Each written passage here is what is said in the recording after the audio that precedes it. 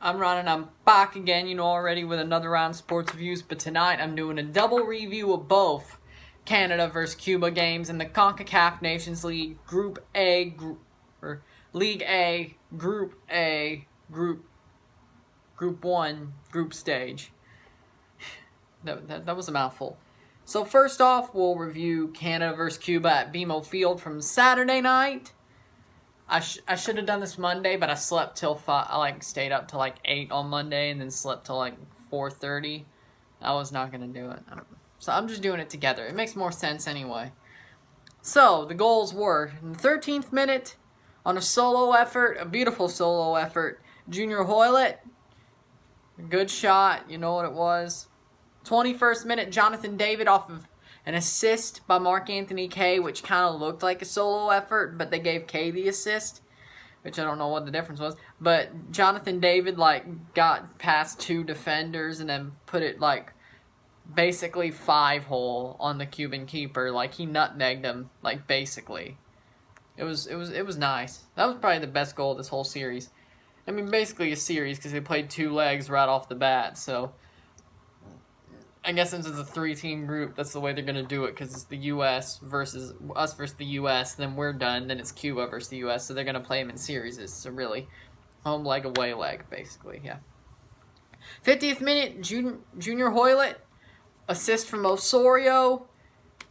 Junior Hoylett with his second goal of the game, and, yeah. Then 52nd minute, Junior Hoylett flipped over, assist Jonathan Osorio on the 4-0 goal. Then in the 65th minute, Daniel Henry gets an assist from Jonathan Osorio. I can't believe Daniel Henry scored, but then, this game, we'll talk about it. Then in the 82nd minute, off a penalty, Junior Hoylett scores, making the first game 6-0 in Canada's favor in the home leg at BMO Field, because it's basically that.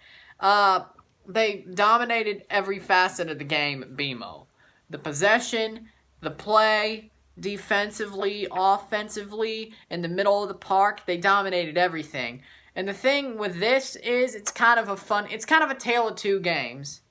That's going to be the title of this video, because even though we won both, we had a great performance at home and a shoddy performance away, and luckily we just found a way to somehow play keep away and keep the clean sheet because of the red card. So we should have scored more than 1 goal away. I mean, Daniel Henry's red card probably helps with that, but even in the first half, after that Alfonso goal, they kind of just played lackadaisical. But in the first game, they played tough the whole way through, and 6-0. And the sad part is after this game, the first game, 5 of Cuba's best players defected to Canada because, well, reasons we probably know, considering Cuba is Cuba. But Cuba is Cuba. But if you think about it for this, where are these players going to end up? The defective players. They're going to end up with Toronto or Montreal or, well, Vancouver or the Canadian Premier League, or maybe even the maybe even the League 1 Ontario, ODPL, maybe the Quebec League.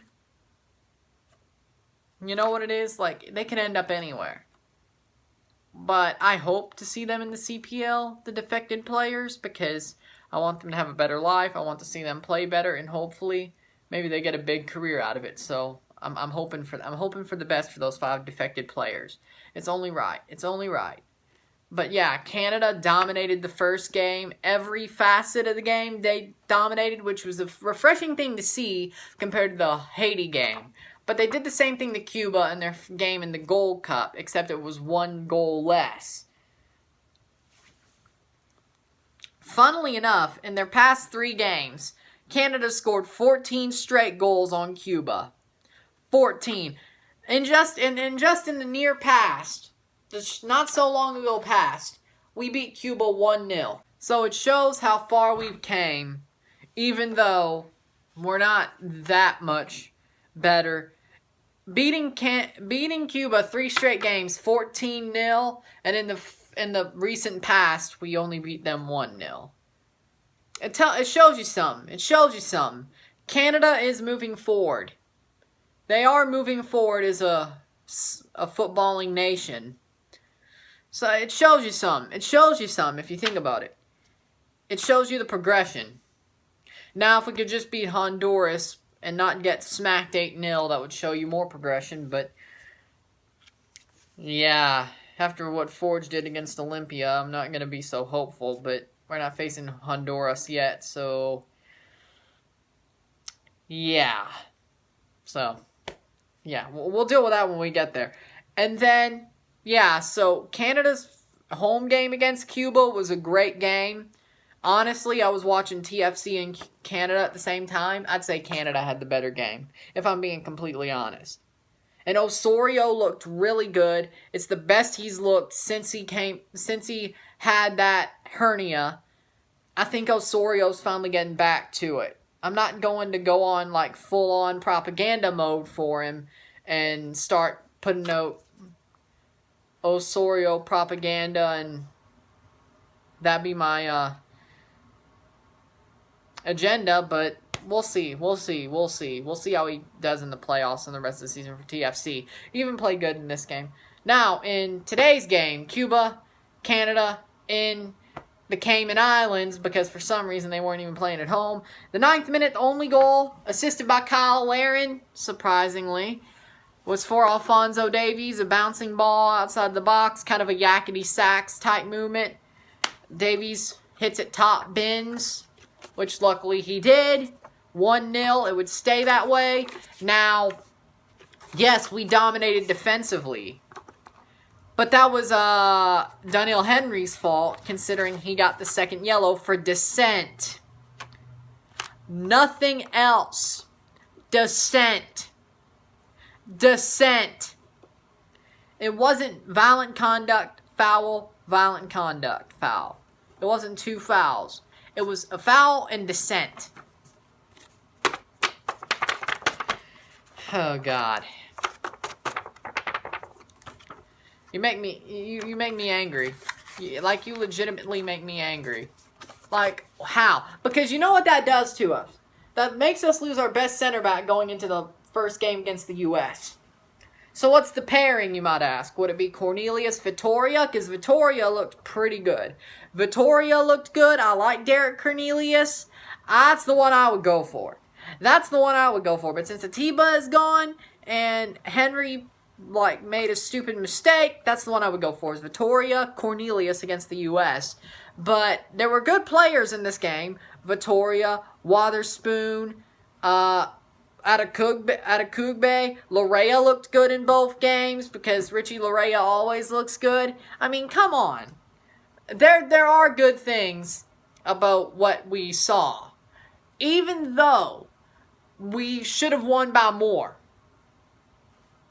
Considering Cuba lost their best 5 players, and we still won. We still got the 3 points. We have 6 points, 7-goal differential, no goals allowed, going into the U.S. where we only have to win and get a point. We have to win and get a result to win the group.